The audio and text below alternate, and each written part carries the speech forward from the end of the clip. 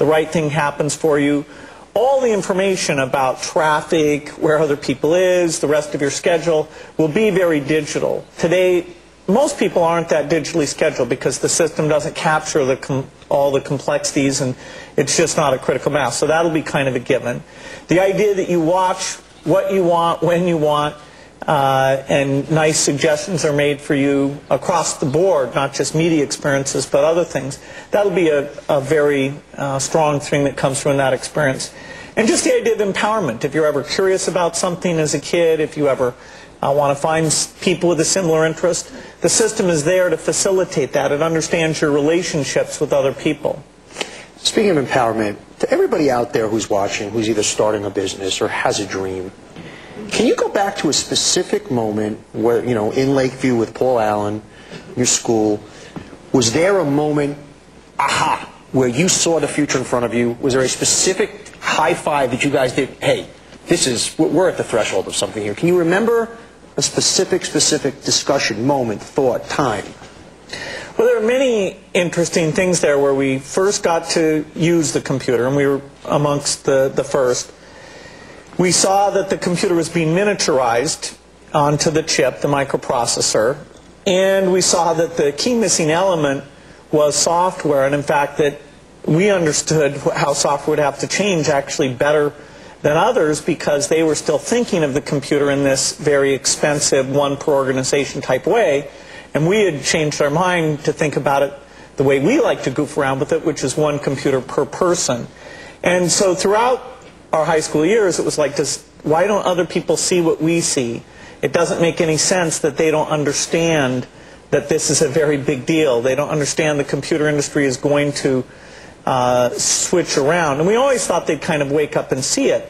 The thing that was seminal was when a tiny little startup company came up with a kit computer, and we realized that they didn't have the software, and we said, okay, the time is now, and in that case I was already back at Harvard University, the time is now to make a choice of staying in school or dropping out and being the first in this industry.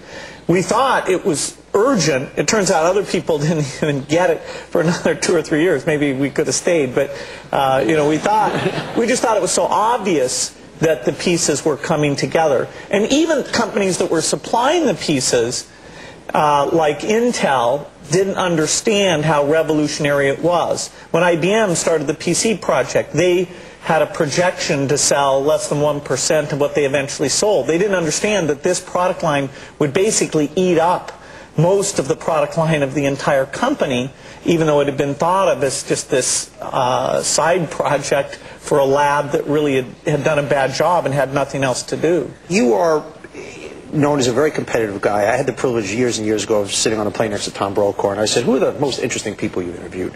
And he mentioned you and Gorbachev. And the thing he said about you, this was his observation, was Bill Gates has nothing to do with technology. If he was in the hot dog business, he would have cornered the hot dog market. That you are a shrewd businessman first. I wouldn't say that. I mean, business is not complicated. Science is complicated. Science is interesting. Science can really engage you to try and understand economic models or biology or software design. You know, software, we get to take on machine learning, and it's as deep a field as there can be. And so I always thought it was fun to learn enough business so that I could hire my friends, so that I could have an R&D budget and get those things going. But the thing that engaged me was the engineering side of the activity. If somebody had said to me, okay, you've got to go start a cookie business or something like that, that's fine, somebody should do that, but I don't think I would have found that engaging. Now, once you get into a business, it's like anything, you think, gosh, these other people in this business don't really understand the key elements. You know, let's see if we can't lead in this business. And fortunately for us, most things we've been able to do first. We've had a few things where we've had to play catch up, but we've even learned to do that quite well. Coming up next, getting real personal with Bill Gates. A side of him you rarely see. What do you carry around in your wallet in cash, and what's on your iPod? I don't have an iPod. I do that. 38 hours sooner installation. L&S is your #1 carpet store. 2000, the Bill and Melinda Gates Foundation was created to give away some of the billions Bill has made with Microsoft. Bill and his wife's mission is to fund global health initiatives in developing countries and to work on getting help to American kids from early learning through high school, and to sponsor free internet access at libraries throughout the world. In this hour's exclusive talk with Gates, Bill gives us his thoughts on saving the world and if he carries an iPod and what's on it. Do anybody ever say, hey, Bill, you are such a brilliant mind, and already you're doing things with malaria, saving lives, 1 out of 3 of the dollars going against malaria has come from you, the education, that you shouldn't be spending any time on Microsoft. You're too valuable of an asset to the world. Have you ever thought that through yourself? I know for Microsoft shareholders, they might want to hear that, but... Well, I love software invention, and Microsoft's my full-time job. I do think the variety is nice, that there are similarities in terms of how you create the right structures and send people to think ahead. My life's work has really been in software, so I'll always understand software and what should happen with communications, what should happen with gaming and media and productivity. I'll always understand that somewhat better than issues around biology. That's a part-time thing. I read a lot about it, but I grew up thinking about software from a very young age.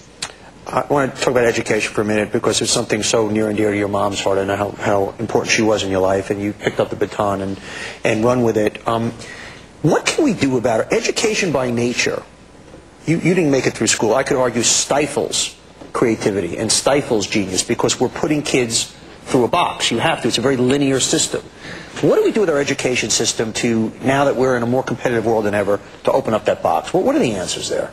I think if there's anything that's going to determine the future of this country, it's whether we manage to renew our educational system. There's about 1,400 high schools that my foundation has been involved in changing the way things are done, trying out a new approach that involves smaller schools and taking fewer subjects at a time, having a theme, that everything you learn is in service of a theme, and the themes are quite varied, from art to construction to math, you name it.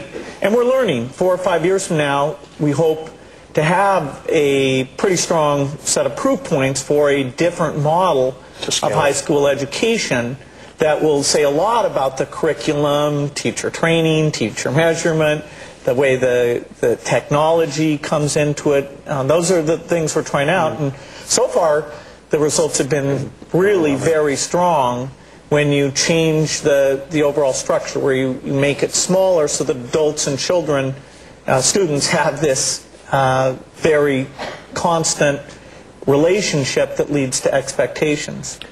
Final minute, Bill Gates, motivational speaker. To all the young people out there just starting out in business, give them the pep talk. What's the Bill Gates inspirational message?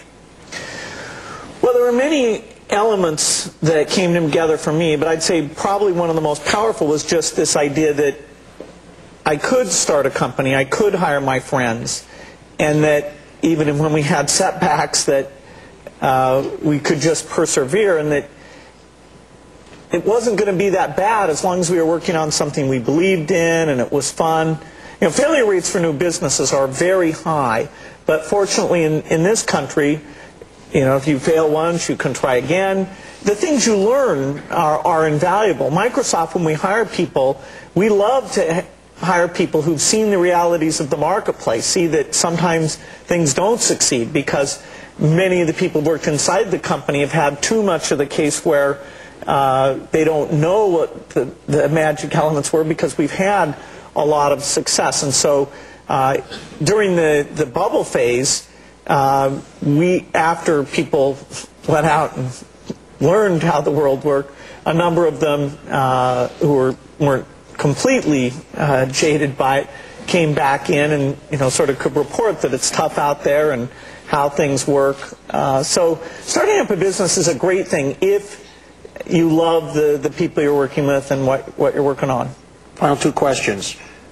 What do you carry around in your wallet in cash, and what's on your iPod? I don't have an iPod. I knew that.